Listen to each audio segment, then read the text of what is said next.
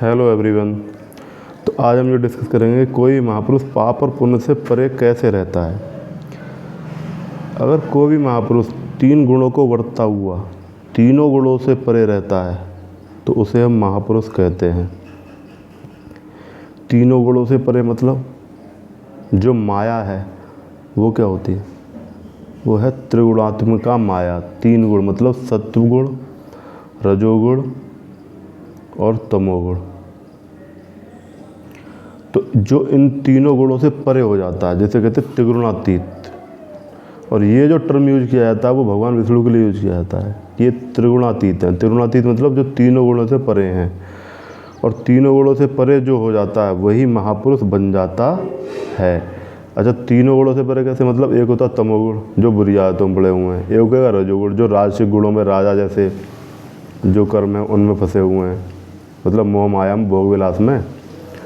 और एक हो गया सत्वगुण। सत्वगुण का मतलब क्या होता है, सत्वगुण भी बहुत ज़्यादा बेहतर इसलिए नहीं माना गया क्योंकि जैसे अगर मैं महान हो जाऊं या बड़ा व्यक्ति बन जाऊं या मृदुभाषी बन जाऊं या अच्छे कर्म करने वाला बन जाऊं या फिर सात्विक गुणों से भर जाऊं तो मुझे भी ये अहंकार हो जाएगा, मैं अच्छा हूँ और ये दुनिया बेकार है। मैं महान व्यक्ति हूँ और ये दुनिया मुझसे बहुत छोटे स्तर पर काम कर रही है। मतलब मुझे भी इस बात का अहंकार हो जाएगा कि मैं सत्वगुणी हूँ, मेरे अंदर अच्छे संस्कार भरे हुए हैं। तो ये भी आपको परमात्मा तक नहीं आने देगा, सत्वगुण भी। जब आप तीनों गुणों से परे हो जाएंगे तभी आप महापुरुष बन सकते हैं। अब इसके बाद इसके आगे की यात्रा में मैं थोड़ा सा आज डिस्कस करना चाहूँगा कि हंस और परमहंस जो अवस्थाएँ होती हैं उनमें क्या अंतर होता है और किस प्रकार से हम हंस की अवस्था में और परमहंस की अवस्था में पहुंच जाते हैं। आपने सुना होगा कई बार ये कि हंस तक ये संत है या ये परमहंसक हैं। देखो, हंस और परमहंस में ये अंतर होता है कि जैसे कि वेद व्यास जी हैं, वेद व्यास जी एक हंस की स्थिति में पहुँचे होते हैं क्योंकि वेद व्यास जी जब एक यहाँ पे एग्जाम्पल दे के समझाता हूँ कि जब सुखदेव परमहंस जी पहली बार जिनका जन्म होने वाला था तो सुखदेव परमहंस जी ने मना कर दिया, मैं नहीं आऊँगा, मैं संसार में आऊँगा ही नहीं, क्योंकि जैसे ही मैं संसार में आऊँगा मैं परमात्मा को भूल जाऊँगा और मुझे माया लग जाएगी। तो जब वेद व्यास जी ने उन्हें समझाया कि बेटा मैं तुम्हें आशीर्वाद देता हूँ, तुम्हें माया नहीं लगेगी, तब उन्होंने ये इस बात पे एग्री हुए थे कि वो संसार में आएंगे। और जब सुखदेव परमहंस जी का जन्म हुआ तो वो पैदा होते ही बस चलने लग गए और वेद व्यास जी उनके पीछे पीछे गए। तो वो जिस वन से होकर गुजर रहे थे वहीं पर ही कुछ, ये कह सकते कुछ गोपियाँ जैसे मतलब नदी में नहा रही थी।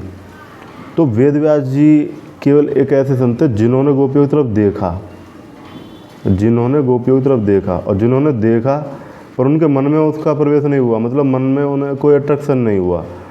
लेकिन जो परमानंद की अवस्था में सुखदेव परमहंस जी हैं, सुखदेव परमहंस जी जो परमानंद की अवस्था में है, जो परमहंस की अवस्था में, उन्हें यही नहीं पता लगा कि मेरे बाहर कुछ है।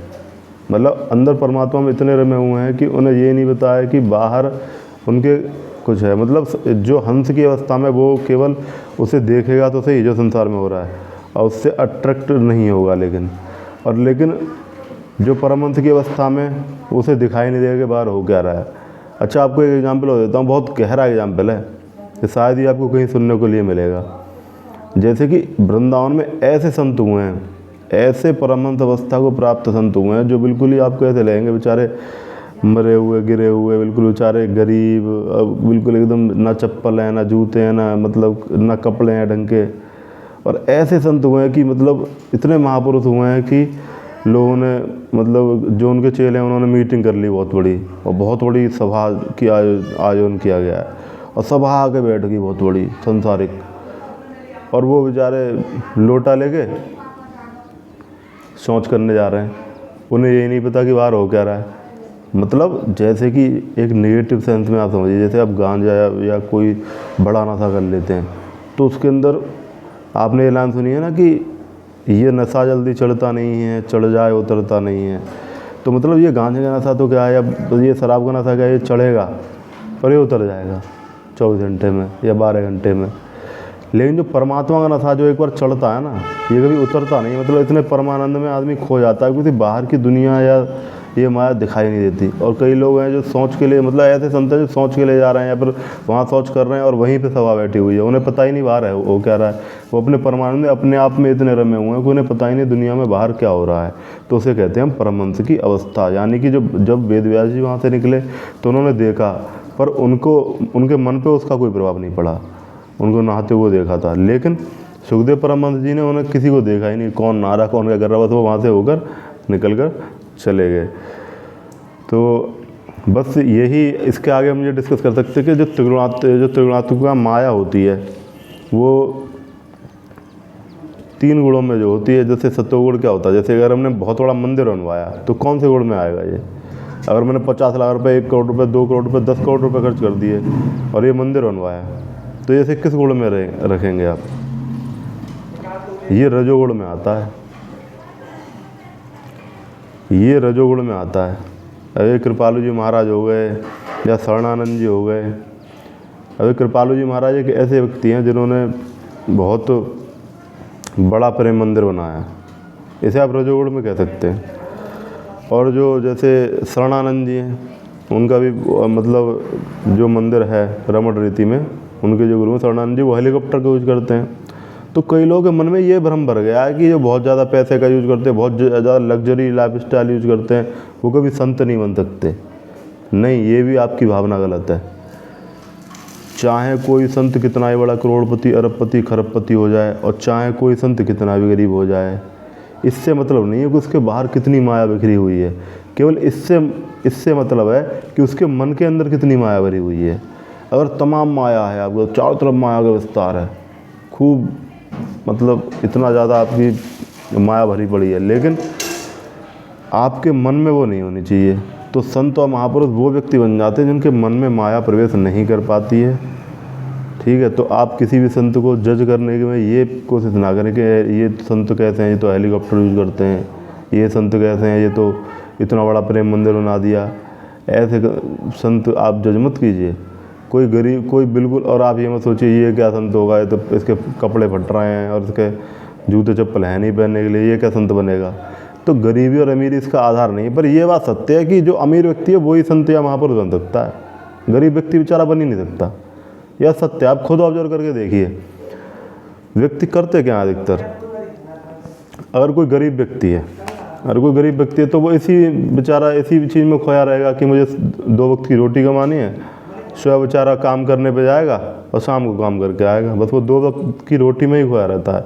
इसलिए जो अमीर व्यक्ति वो ये आधार बन जाता है कि अमीर व्यक्ति जब उसे एक प्रकार का एक सेटअप मिल जाता है, उसके बाद वो भक्ति कर पाता है, या फिर उसके बाद ही परमात्मा की यात्रा शुरू कर पाता है। जैसे कि हम एग्जाम्पल ले लेंगे, जैसे कि एक गौतम बुद्ध, इन्हें महान संत कहिए, महान महापुरुष कहिए, या इन्हें परमात्मा कहिए, आप कुछ भी कह सकते हैं, बहुत ज़्यादा अंतर नहीं होता इनमें वैसे ही।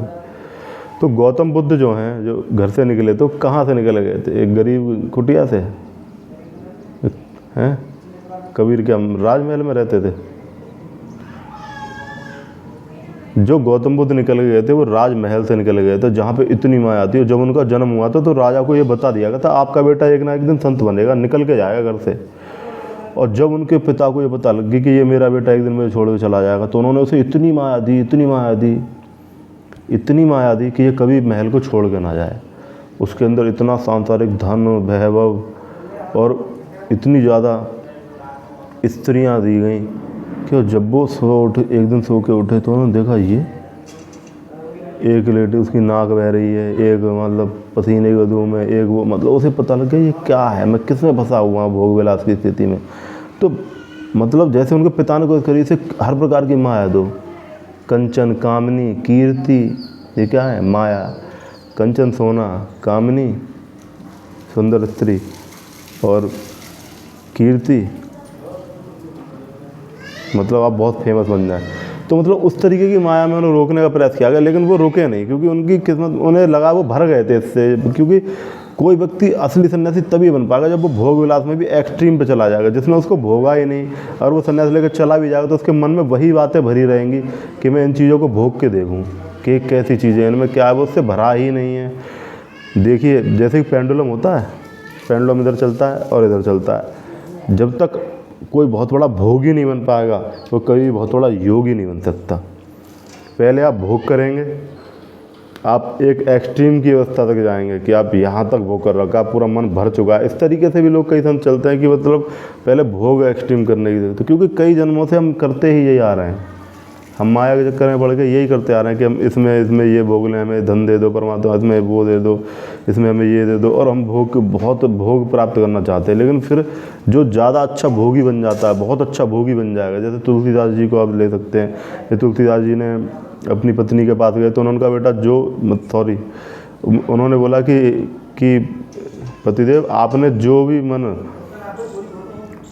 काम में लगाया, अगर वो कर्म आपने राम में लगाया होता तो आप बहुत बड़े संत बन जाते। और वो इतनी ज़्यादा काम और उत्तेजना से भरे हुए, मतलब अपनी पत्नी से मिलने गए थे, फिर उन्होंने अपने मन को कहाँ लगाया, अपनी पत्नी से हटा के उन्होंने उस कम को, उसने जो अपने ध्यान को राम में लगाया, और तुलसीदास जी इतने महान संत हो गए। तो कहने का अर्थ केवल यही है कि जो आदमी अच्छा भोगी नहीं बन पाएगा, वो कभी भी अच्छा योगी नहीं बन पाएगा। तो इसके आगे हम ये कहना चाहेंगे कि इसके आगे आपको जो भी सुनना है तो उसके लिए आपको अगले वीडियो में आना होगा।